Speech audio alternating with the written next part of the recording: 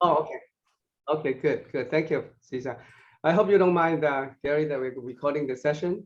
Oh God, I don't have a problem. Students always put their tape recorders on my lectrum, and what the West San Gabriel Valley had videotaped me and Okay. shared it on YouTube that everybody started to call me on it.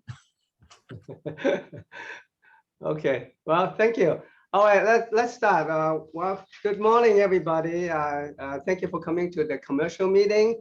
And as I said, I'm always excited about commercial meeting because we always learn a lot from it. And today is no exception. We have a very exciting speaker. Gary Chen is a tax attorney. But before we introduce him, I would like to take care of some of the house chore matters before we introduce him. Okay. Well, you know that I hope the 2022 is have a you have a good start with the 2022. I'm sure that the commercial real estate will be very robust, just like the residential in 2021. There you go. Actually, as a matter of fact, we only 17 days into the 2022, our company has already consummated some very mega deals in the commercial real estate, and it's very exciting because as I told you many times, and commercial real estate is really a lucrative area of real estate. And it's not that hard to do, and all you have to do is persistent and be be knowledgeable in that field. And I'm sure that Steve Hayashi can give you a lot of pointers on this.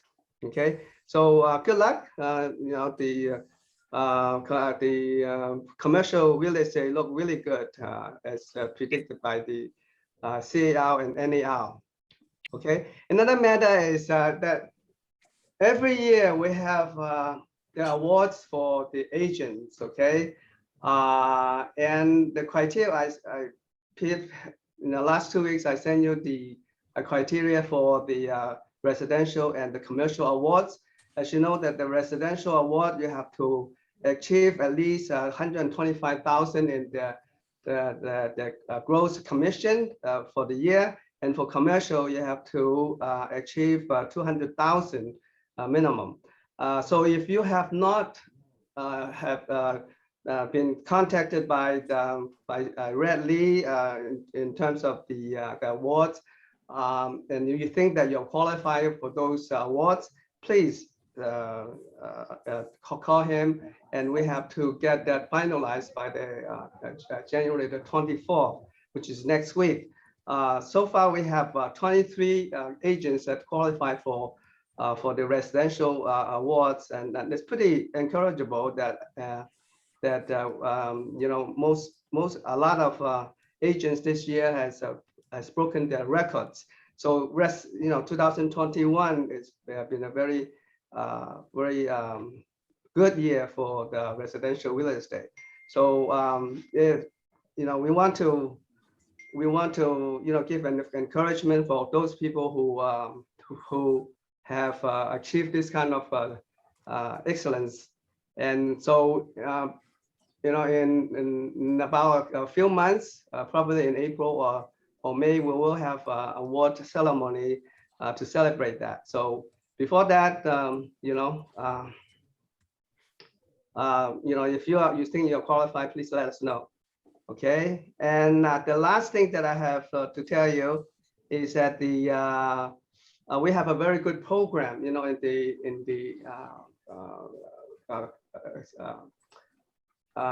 the Coa Banker library. We have a very good program that will train you into commercial real estate. The program's name is called the System for Success 7.0. And is available in the CB dash. All you have to do is go to the dash and you click the commercial university icon, and then you click the instructor course search, and you search for Lipsey Library, Lipsey Library, and then they will show you a lot of videos, and there are 75 videos on real estate, commercial real estate topics, and you can learn it at your own pace, and it's a very good program, and it gives you step-by-step training on a lot of topics in the commercial real estate. And if you have to subscribe yourself, the program itself is $2,495. But because you're with a co-banker and you're the CBC member, and you can get it free. So that's a good deal for you. Okay, so take advantage of that and use it, and I'm sure that you will not regret. Okay, now with that, I would like to introduce our keynote speaker today. As I told you, that we have Gary Chan. He's a CPA and attorney, and his primary area of practice is tax law, focusing on the estate and trust. And he has been practicing the probate, wills, and trust law for 10 years. And he has been a 1031 exchange accommodator for 3 years. And also he's a licensed real estate broker, by all means, for 20 years. So he's very knowledgeable in real estate as well. And also he was a former adjunct professor of tax in Cal State LA for 14 years. And he currently works as a tax manager with Raimondo Petit Group in Long Beach. He's primarily concentrate on working with the ultra high net worth individuals and families with estate gift and tax matters. So without further ado, let's welcome Gary. Gary Chan. Gary, take it away. Okay, Peter, thanks for the introduction. Let me get the screen set up. Let me see. What do I need to do? Okay, I think I figured this one out. Is my screen showing up? Yes. So no good. How come I don't see it? Anyways. You don't see it? I'm trying to figure out how do I get back to the main screen. Anyways, okay. Well, anyways, welcome everyone. Thank you for having me. As a side note, I've known Peter for many years. Oh gosh, I don't know how many years. I don't have enough toes and fingers to count. But I met Peter right after I graduated from college. So let's leave it at that. Anyways, gosh, I've been practicing in this area for close to 40 years now, and I'm almost retired. I was a non-practicing real estate broker, but I decided that I didn't want to renew my license anymore. My wife says, "What good is that? You don't practice, and what's the point of having it?" And I recalled that I got into real estate years ago because I used to work with title companies in my early days in being a lawyer and representing title companies. And the people there in the legal department joke with me, says, "Hey, you're a lawyer, you should get a broker's license." I said, "Why do I want to have a broker's license?" He says, "Well, if you're going to practice in real estate, it adds a little credibility. Plus it's a unique club." And I would have to say it is a unique club. I really enjoyed it. I met many people in the real estate area. I was a member of the West San Gabriel board for a couple of years. But things, I have to move on and join several other real estate boards. But right now I'm not currently active in real estate. Anyways, Peter asked me to come in and speak to you about investing in real estate and estate planning. Actually, these topics are very broad. I rather would like to spend more time the estate planning side because that's what I call the fun area. But since many of you probably this is that are new to the real estate area, so let's just kind of briefly review some of the many ways of investing in real estate, just to kind of set up a little kind of a basic level of foundation here. Okay, just going through the slides. Many of you probably recalled when you were studying for your real estate license exam that they focus on real estate law. And as you know, traditional vesting of real estate is either it could be in the individual's own name, could be joint tenancy, tenancy in common, life estates. I don't know if many of you have seen a life estates, but it comes up every now and then, and I run into it, especially when dealing with clients that have heard the benefits of life estates and decided they want to do it. So every now and then I do run across life estates. And briefly, for those of you who don't know life estates, basically, let me give you the scenario. It goes like this. I reserve myself an estate for my life, and upon my death, it goes to so-and-so. It could be my children, could be my spouse, could be anyone that I choose. So basically, you have a ownership in the real estate that is limited by your time, your life period. And then after that, it will go automatically to the person who's listed as the final recipient of the life estate. Now, one of the things about life estates, you can get rid of it. Basically, you could surrender your life estate by terminating it to the remainder person who would succeed to your real estate. That's the way to get rid of it. Otherwise, you don't own it, but you can get rid of it. Tenancy in common. Typically, we see that, but typically in the form of a partnership. And I'll jump into business ownerships and kind of touched upon that. Joint tenancy, I think, doesn't really need much explanation. That's the default that escrow uses when there's more than two people going on title. And it's kind of funny because you go into escrow and they ask you, how do you want to vest it? And they give you a list. And the typical client response has always been, well, what do you recommend? And the escrow would say, well, I can't practice law. I can't give you advice, but we always use joint tenant. Joint tenancy is the most commonly used.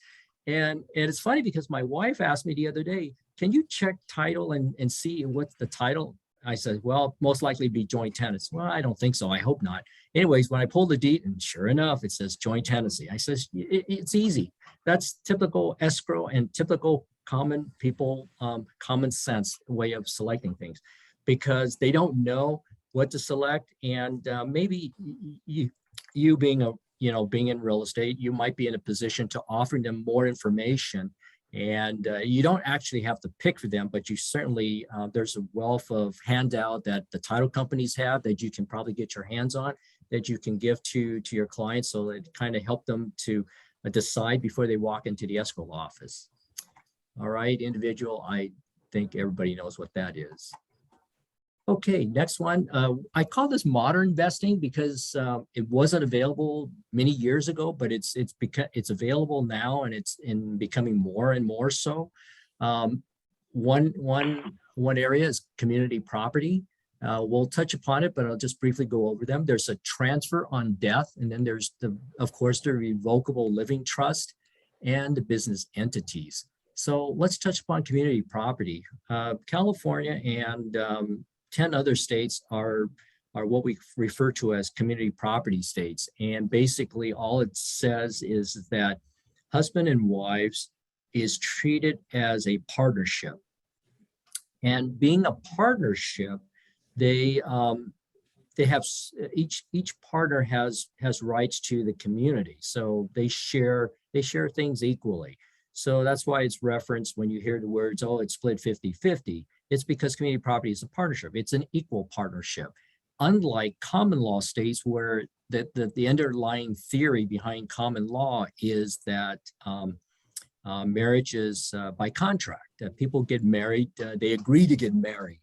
Well, in community property states, when you get married, it's not by contract, it's because we're entering into a partnership.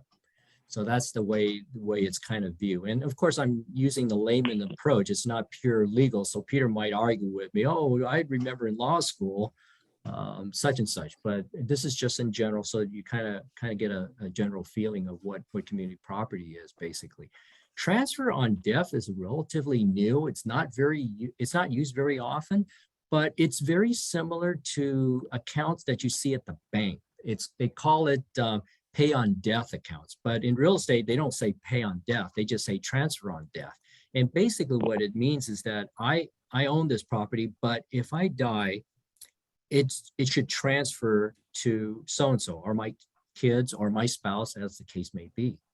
So it's kind of automatic. So it's a way to avoid, these are mechanisms to avoid probate. Of course, the most popular means of avoiding probate is the revocable living trust. And I'll probably elaborate a little bit more after we touched upon business entities. So I'll circle back to cover living trust. Since that's the most commonly seen these days, so I'm not going to dwell too much on it, but I will come back to it and discuss a little bit about it.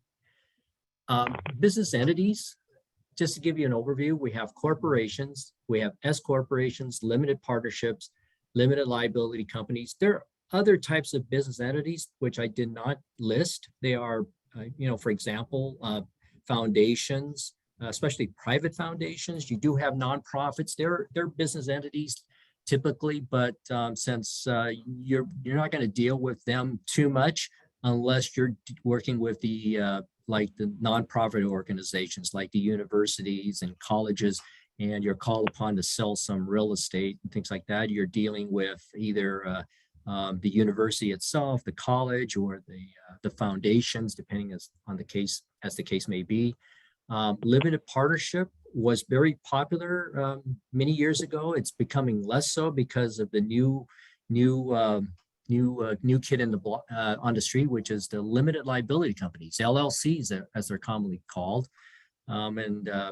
Basically, all these business entities, the benefit is that they avoid liability. The other type of business entity not mentioned here is the partnerships, general partnerships. That's not really an entity, it's just recognized. The typical equivalent of a partnership is tenants in common. So a good example would be tenants in common. People get together, and co-own real estate together, especially commercial real estate. And so many of them are tenants in common, but more and more are now switching to limited liability companies, the LLCs. And the for reason is the liability protection. So far, okay. Now, circling back, let me go back and touch about living trust. Living trust is not really a legal entity or anything. It's just an agreement, an understanding between two parties. The party is the person who creates the trust and the person called the trustee, the person who takes responsibility for the trust. And in typical living trust, typically the person who sets it up is also the trustee. And that's the beauty of a living trust, is that as long as you're alive and you created a living trust, as far as the IRS or anybody else is concerned, it doesn't really exist. So it on paper, it exists because there's a document called a trust agreement or a declaration of trust, whatever the case may be. It's just an understanding or agreement, and it has its origins back in the days of the medieval times in England, when I guess they were rounding up soldiers to go fight in the Middle East, and basically with all these knights, before they left, they had to do something because they know they're not coming back. So what they do is they set up these arrangements. And at that time, it was a kind of referred to as a trust, but basically it was the only person you can trust was the bishop, the arch, or the pope, or the local priest. So what happens, the first trustees were the bishops and the popes, and they control all the ownership of these knights and kings when they went off to fight, because the chances they're not coming back. So basically that's how in those days the church became so powerful, and that's a different story unto itself, which could pose some interesting reading for those of you who are interested and want to pursue this topic. So living trust, the nice thing about the arrangement is that by agreement, somebody holds the title, and that if something happens to you, they could either manage it for you on your behalf, or they can transfer the property on your behalf to whoever you designate as the beneficiary of your trust. So those are some of the many ways that you can hold real estate currently. Okay, which leads to, now that you know the many types of ways of holding real estate, and there's several reasons as to why one is better than another. And which leads into the next subject matter, which is estate planning. Because as you know, if you own real estate, especially in your own name, the problem comes is that what happens to the particular real estate when you passed on? It just doesn't go to anybody automatically. It requires some action on the part of the estate. And typically that process is referred to as probate. And to avoid probate, which is part of the estate planning process, is how do we plan to avoid having to go through probate? Otherwise, if you don't plan, it's already planned for you. The law has on its books that if a person dies without any instructions, such as a will or a trust, that their property will go according to a following scheme that the state has already predetermined for you. Now, many of you may or may not like that scheme. For some of you, it may be satisfactory because, well, you know, the typical scheme would be that if you're married, it's going to go to your spouse. And if you have children of your marriage and your spouse is surviving, well, then the law says, well, then in that case, some of it will go to your spouse and some of it will go to your kids. So some of you may say, well, that's not ideal because my spouse is still, you know, needs to support herself or himself while they're alive. So in that situation, you might want to change it. So in this case, you probably either do a will or do a trust. Now, with wills, a will is commonly referred to an expression of your wishes, and that's merely all it is. It's just a written document that documents what your wishes are. Now, who's going to give effect to your will? The law says that you need to bring it to court, and the court will give it authority to use. So the will itself is not effective unless it's admitted into probate court. And you know, there's an advantage of having it in probate court is that it will, especially if you're one of these celebrities who have multiple wills or wills that materially. Oh, am I in the middle of a conversation? Okay. Thanks, Peter. Did you mute that? I think since I muted, I didn't do You it. didn't do anything? Okay. No. Yeah, I was trying to hear the conversation. Yeah, sorry about that. Sometimes it's a little bit disturbing. Oh, that's fine. Anyways, getting back to the subject. So it's important that as part, of course, to avoid probate, that's why living trust has become popular, because a living trust avoids probate.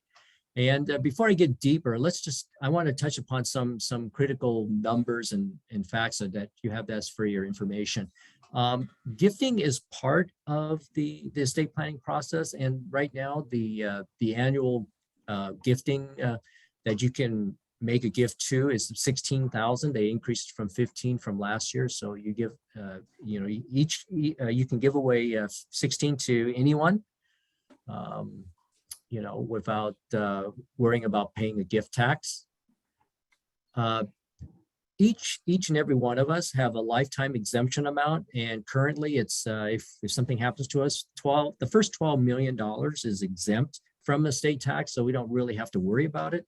But bear in mind, in 2026, it's going back to $5 million, so that's going to be interesting as to whether or not that actually will happen or not. We'll wait and see. But we'll take the 12 million as it is now.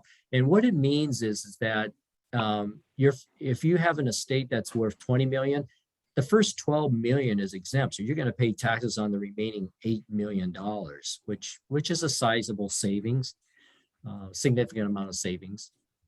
And you can give away to 12 million. Remember, you can give 16,000 away, but technically you can give away 12 million. You can give away 12 million while you're alive. So in that case, that's a part of the planning process. However, there's a restriction. If you make gifts to a non-citizen spouse, there is a cap. It's $164,000 now. They don't want you.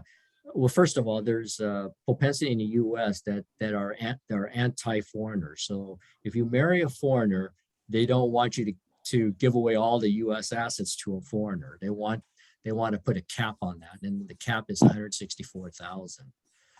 Why they would do this? It's in the long history of the U.S. They have this xenophobia about foreigners, thinking they come in here, they want to take all our money and run away. So that's why they got these restrictions in place.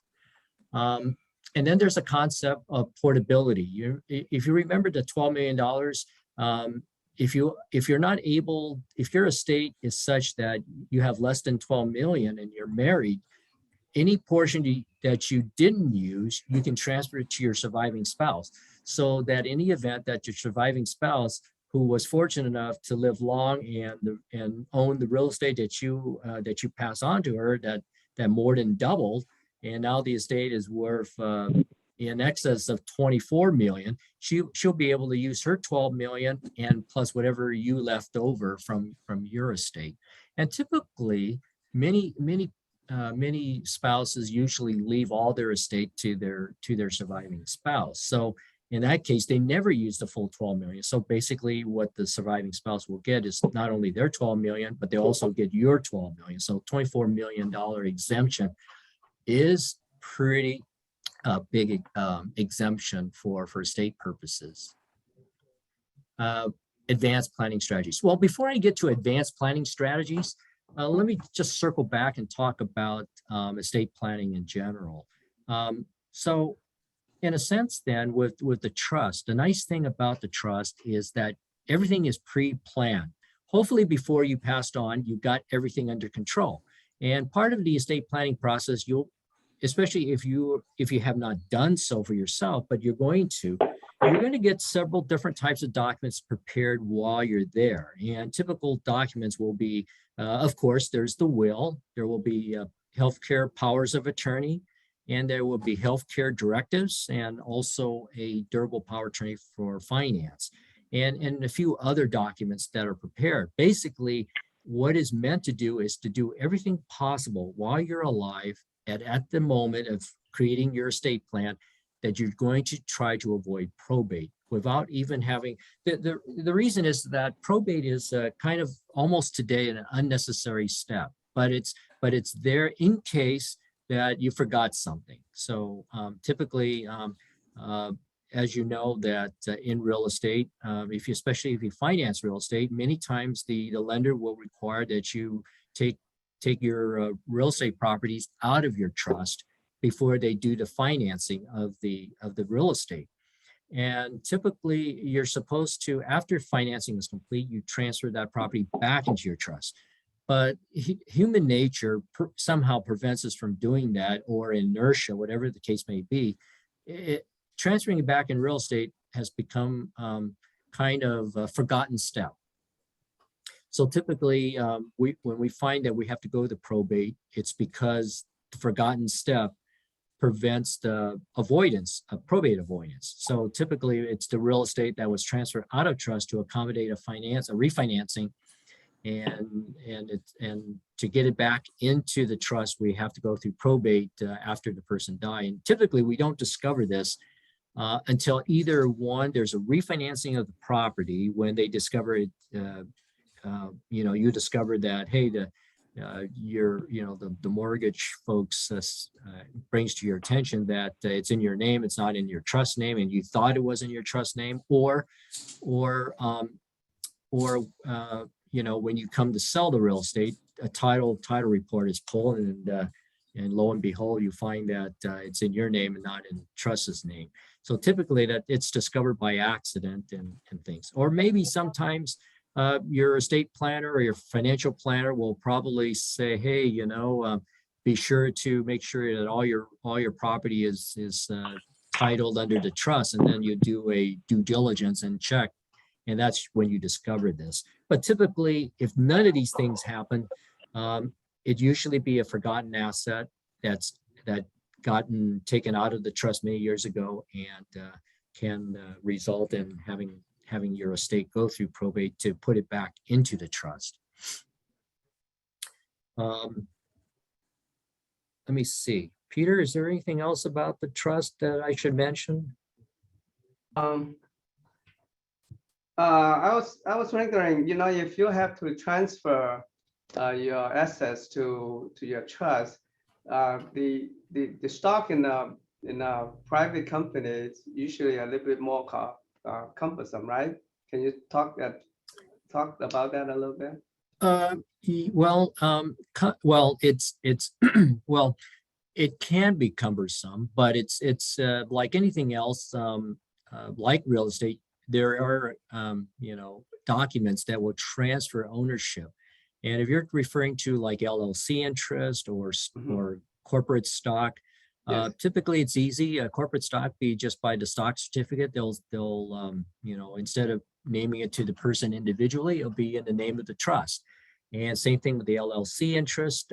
Typically, it'll be in the documents of the LLC, such as the operating agreement. There'll be an exhibit that usually be modified to show that it's owned by the trust, or it can be evidenced by a certificate of ownership, or some lawyers will usually use what they call an assignment.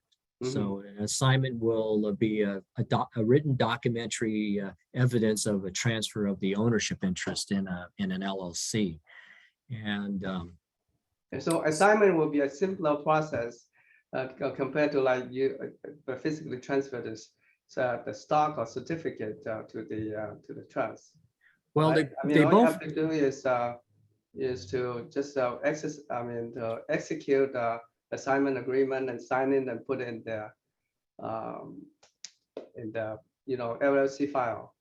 Yeah, and you could do the same. You could use a stock assignment can be used for stock, for stock certificates as well. You could assign your stock into it, but it's the actions of doing it that is called the funding. It's usually that lawyers will refer to as the funding of the trust. Typically, in the old days, trust documents usually do it by attaching an exhibit that says these things are owned by the trust. But the problem is, how stapled documents become. They become papers become loose. Papers do get lost. And so these attachments will disappear either by accident. So typically usually there will be a probate process, especially if none of the ownership has been done. So typically we would go to court and say, this exhibit is the ownership of the assets that belongs to a trust, and get the court to sign off. So then you have the legal court order that shows that. And since the court order is recordable, you can actually record that. So that's how we can try to solve some problems. But again, you got to go to probate court. See, that the whole point of doing a estate plan is to avoid going to the court. And right now with court fees and long calendars, that's just it's a savings of time, aggravation, and money, basically. No questions. Peter, can I make a question to you and Gary, if you don't mind? That's very informative that you guys are talking about it. But on tax purposes, I don't know if it's that related to that, but for instance, if we put everything on the trust, like you guys mentioned, which is a very good idea, is any, let's say, trust benefit, tax benefits on that, or it's going to be almost the same as regular? Well, Alexander, thank you for your question. And when you mention the word taxes, that's my alley. doing a trust, a couple of things. One, there's no asset protection qualities of putting your assets in a trust. There's a fallacy that thinks that you'll hear that a living trust will protect my assets. It won't. It won't protect you from your creditors, but what it does do, it protects you from probate. And probate is, it's just a legal process. It's just a court process. In terms of taxation, the answer to your question, without going into the technical nuances, but I will, but there's no tax advantages of having a living trust, other than that certain tax benefits are preserved by using a living trust. And this is a good leading point into those tax, how your tax benefits can be preserved. If you recall, I mentioned that that a spouse, each for married couples, each of them have $12 million, and if you don't use the $12 million, it disappears. So typically, by using a living trust or your will, you can ask that whatever part of that 12 million that you don't use, at death, goes to your surviving spouse. And in the living trust, it's structured that way. And you'll probably hear reference to what they call an AB trust. That's all it is that upon your death, your trust will split into an A and a B trust. One trust, the A trust, is typically for your surviving spouse, and the B trust is for the deceased spouse. And what that B trust does, it will hold your $12 million and preserve that exemption amount. So typically you'll hear people refer to the B trust as the bypass trust. It bypassed the estate tax because it preserves your 12 million so it doesn't get lost. But with the tax law change that says that you can give your unused portion instead of to the bypass trust, you can leave it to your surviving spouse. That's referred to as portability. That exemption amount is being transferred to the surviving spouse.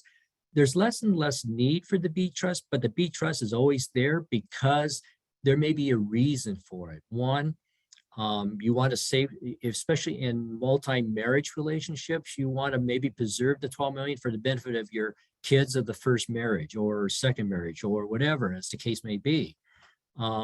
Or the surviving spouse may have significant amount of assets. They don't need the additional assets that the 12 million represents. And maybe what you want to do is put the 12 million into the bypass trust, because now the bypass trust has asset protection qualities. And the reason is it's irrevocable. It can't be changed. The creditors can't get after it. So maybe if you're a wealthy doctor and you're worried about malpractice, or your spouse is worried about malpractice, at least you can preserve $12 million away from potential creditors. So it does have asset protection. So when you do estate planning, a lot of these concerns that you have goes into the design and to the way the trust is established. But that's one that can be used to preserve the benefits. The other thing could be maybe you want to leave money for grandkids.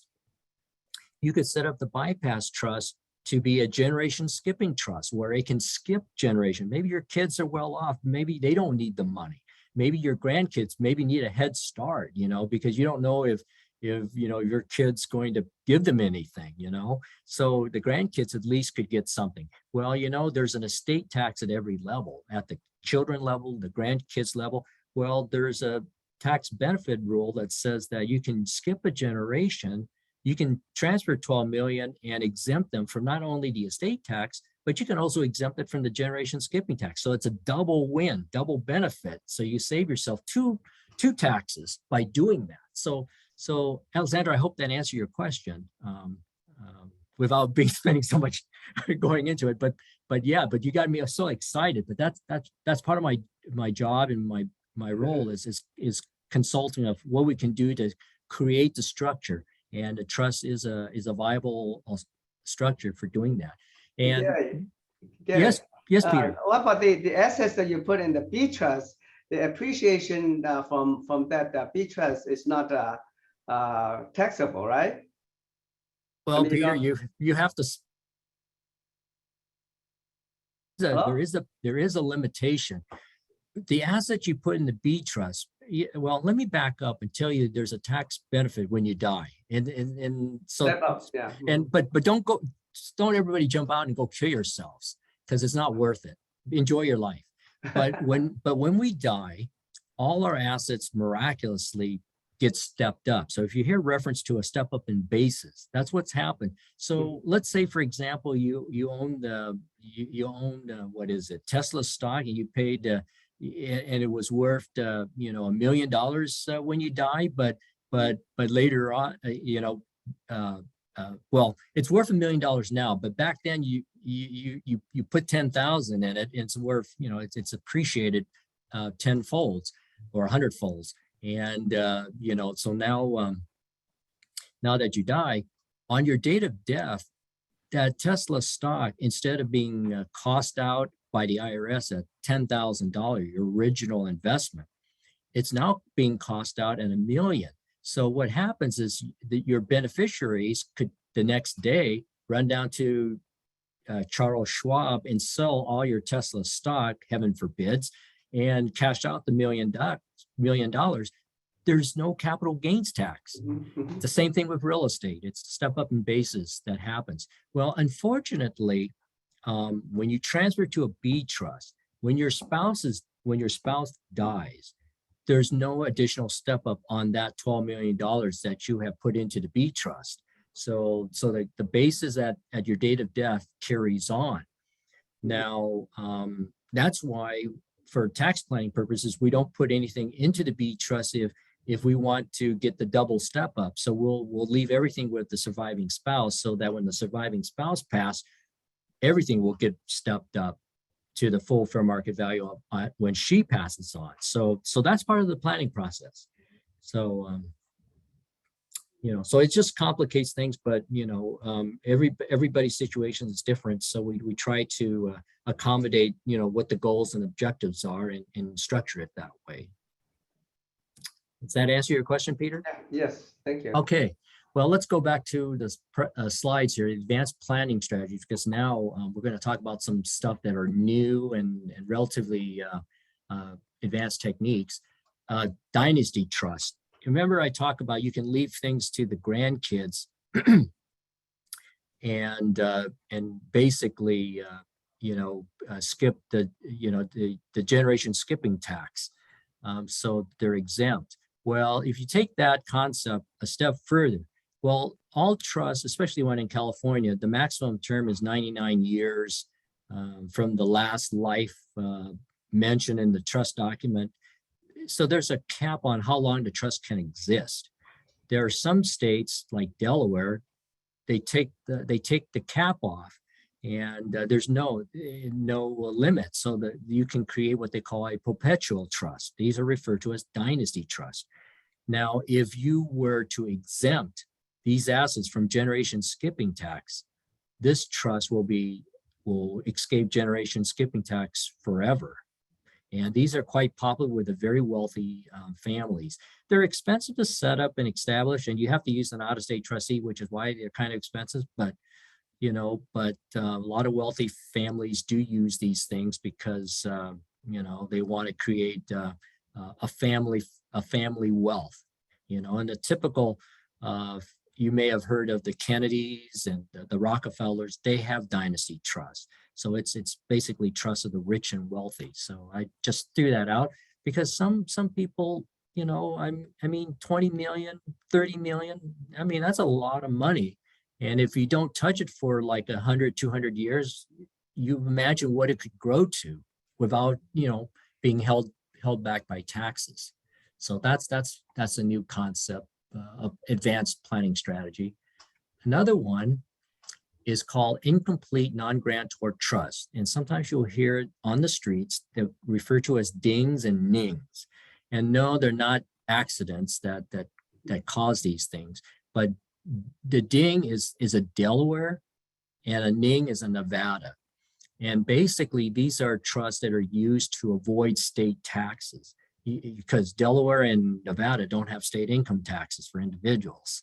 So that's why they're set up there, because Californians are kind of tired, and New Yorkers are tired of paying high state taxes.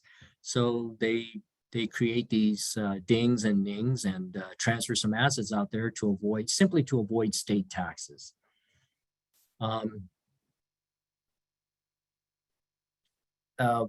You might wonder, why is it referred to as an incomplete non-grantor trust? Well, now I have to talk a little bit about some complicated tax concepts here. A non-grantor, grantor, I'll give you an example of a grantor trust. Your living trust is a grantor trust. And under the tax law, all it means is that the trust is an alter ego, which means that it's you. It's the same as you. It's not a separate person. Non-grantor trust is the opposite of a grantor, which means that it's not you.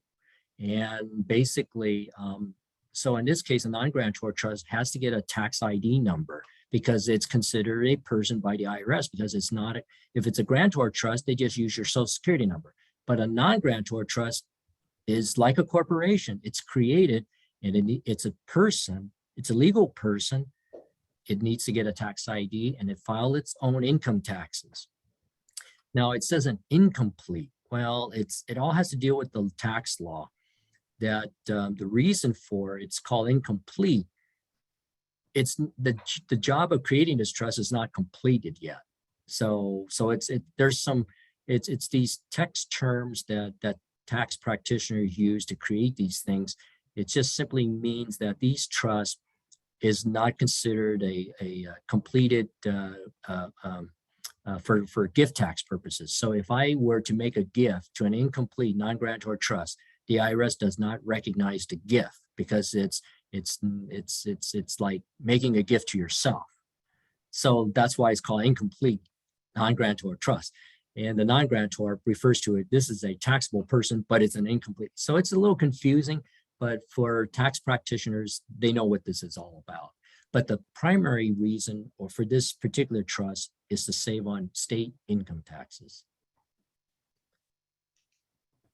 Qualified Principal Residence Trust is a unique trust, but it's only for your principal residence. This is used by the parents who lives in their homes for many years and they don't want to sell it. They want to give it to the kids. Here's a way to give it to the kids before you die. And the beauty is that it could be set up going to the kids, and basically it transfers to the kids now with reduced gift tax cost. It reduces the gift, the value of the gift. Okay, and there's calculations to go in there that you can theoretically get the gift down to as close as you can to the lowest possible value for gift tax purposes. But having said that, the downside is that after the term, typically people will set this up for like a 10 to 20 year terms. When the term ends, the kids own the house and the parents can still live in it, but they have to pay rent to the kids. So a lot of parents don't really like this idea because they said, I don't want to pay rent to the kids and the kids own the house. I want to still live in my own home and don't pay rent. It's because it's my home. So you only see this when people get up there in age and they think that by the time they passed on, that the term, it'll be within the term, and so it can go to the kids and be done with it. But this is a concept that's available, but it does have some downsides to it. And question time.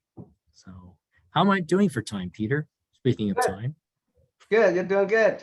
Okay. That's right on time. But if there's any question for Gary, please ask him. He's very amicable and very helpful. So please don't be shy. I just put up, before I do that, I just put up my phone number, so in my email, so in case anybody wants to email me or call me. Good. Yeah, yes, Gary, hi, this is Steve. I Yes, have Steve. one question. This question is probably more for my client. My client is a citizen, but they do own some real estate overseas, and they like to liquidate that and move to United States. And now they are asking me, how can I avoid maybe set up some kind of trust to handle that? I say, that's not a question to me. You need to ask an attorney.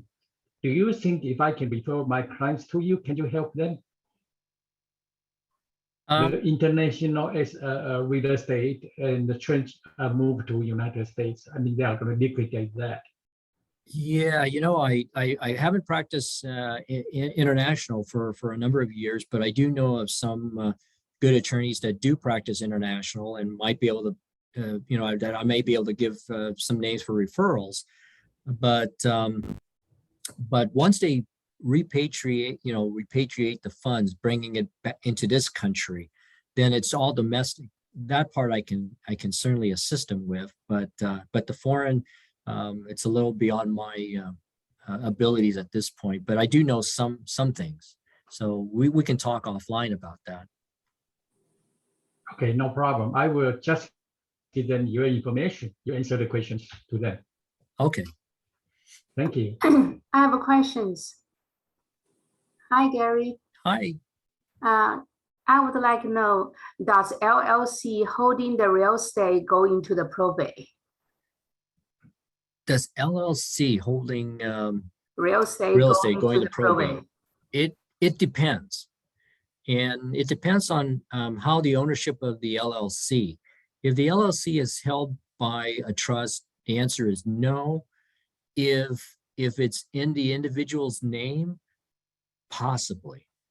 And the reason I say that, it depends on their trust document. If the trust document has, like I mentioned earlier, an exhibit that shows ownership in an LLC, we might just file a petition with the court to declare that the LLC belongs to the trust. And that's kind of a half probate process, but not a full-blown probate. Is that clear, or you want me to elaborate a little bit more on that? Would you please?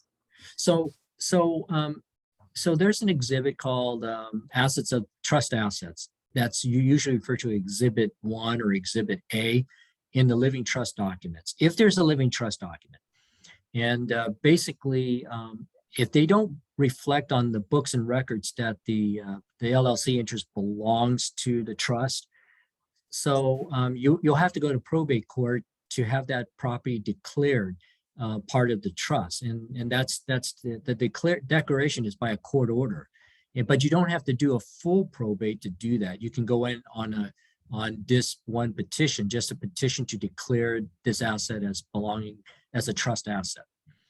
If there is no trust and it's in the name, then yes, then the LLC would have to go through probate because then there'd be a will that has to be brought to court. If there's no will, then whatever the intestacy laws would govern. Okay, in that case, my client go to you, set up all the trust, and then we have the transfer to the trust to the LLC. So instead of a person hold LLC, the trust hold LLC. Is there is any tax involved with the transfer from trust from LLC personal to the trust? No, and the beauty is, as I mentioned in my presentation about Grantor Trust, remember when you set up a living trust, it is a Grantor Trust as far as the IRA is concerned. And what that means is that Grantor Trust is treated as fictitious. It doesn't exist. And it's the person who creates the Grantor Trust. That's why it's called a Grantor Trust. The person who creates it is the grantor.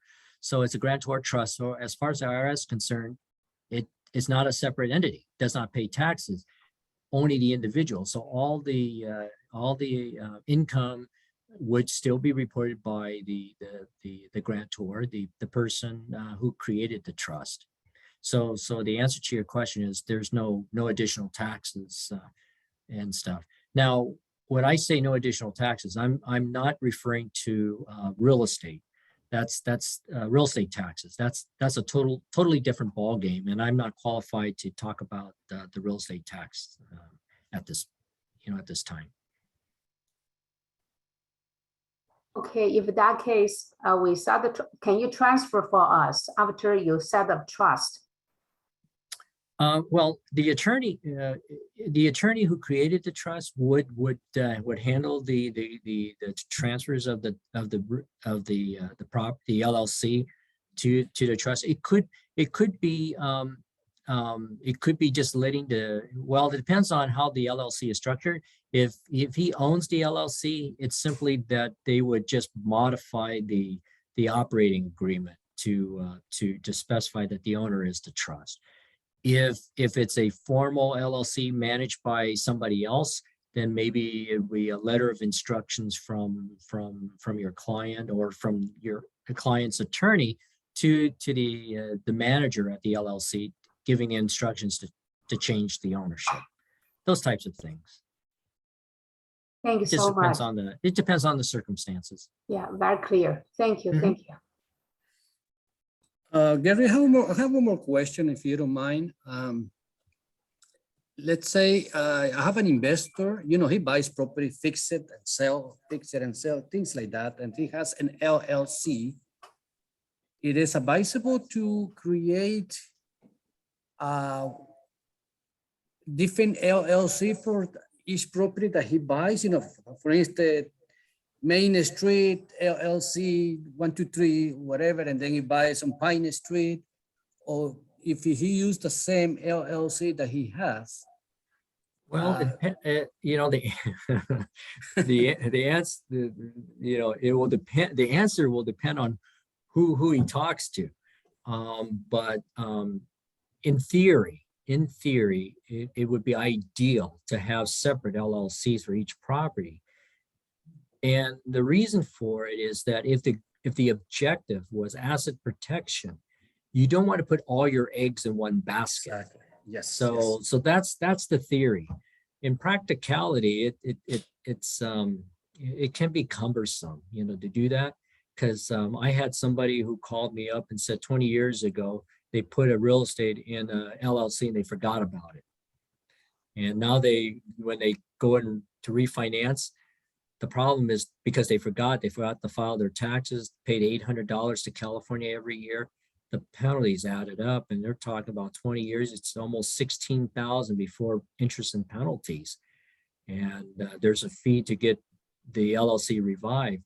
So he's stuck. He couldn't transfer the property. He couldn't refinance the property. So the lesson is, when you create this thing, don't forget about it, or tell somebody about it to remind you if you forget about it. So yeah. Okay. All right. Thank you very much. I appreciate it.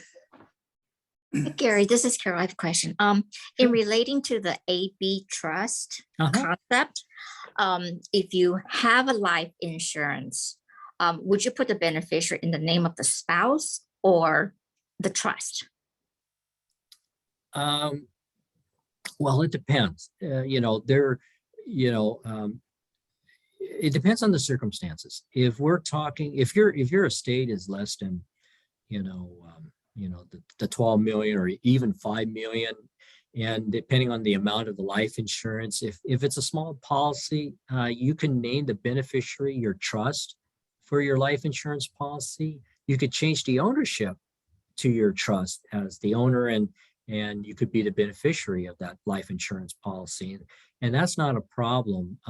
Annuities might be a problem, but generally life insurance is not. Retirement plans generally is not a good idea to do that because of certain changes in the law. So you need to talk to your financial advisor about that, which is a little bit too complicated to kind of go into now in this question and answer session. It could be a long discussion. But sometimes if the policy is a large policy and you have a taxable estate, sometimes you may create what they call a life insurance trust, just simply to hold the life insurance, just to keep it out of your estate, and also, to protect those proceeds from your creditors. So those are a couple of things, you know, to possibly think about if you have a very large life insurance policy. Okay, thank you.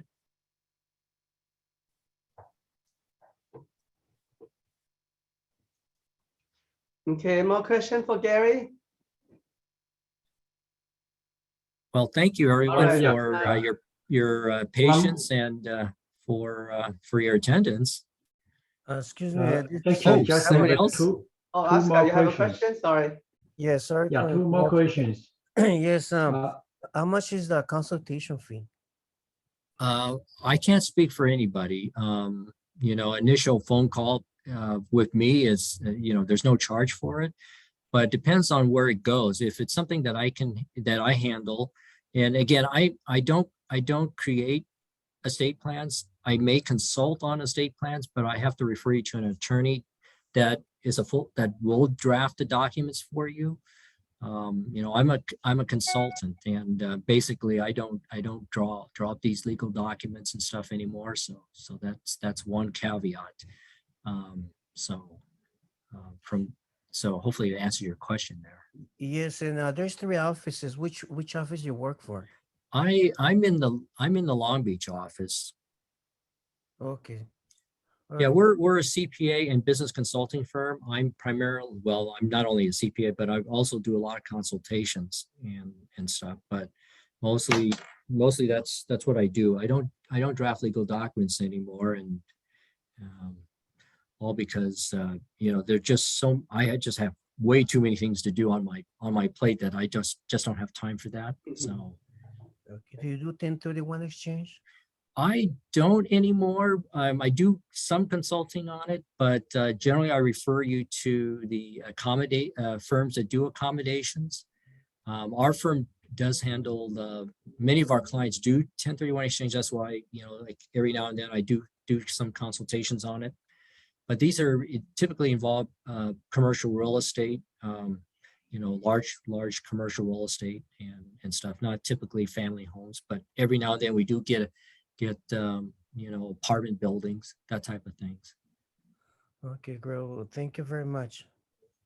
Steve, you have another question? Two very simple questions.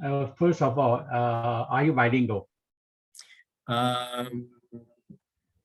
I could probably understand some, but I don't speak.